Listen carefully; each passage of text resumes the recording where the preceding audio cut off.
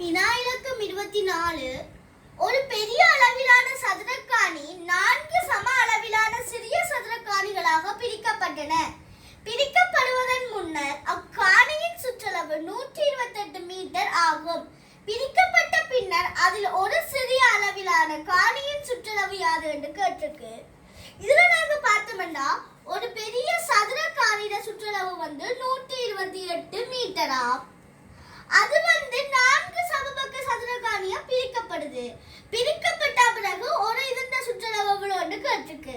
இப்போ நாங்க இதுக்கு 128 4ஆல பிரிக்கணும். பிரிச்சோம்னா 32 எங்களுக்கு வரும். 32 என்றது இந்த ஒரு பக்கத்துக்கான சுற்றளவு 32 மீட்டர். இந்த ஒரு பக்க சுற்றளவு 32ண்டா அந்த ஒரு பக்கத்துல 2 காணியிட மேல் மூணா அடங்கும்.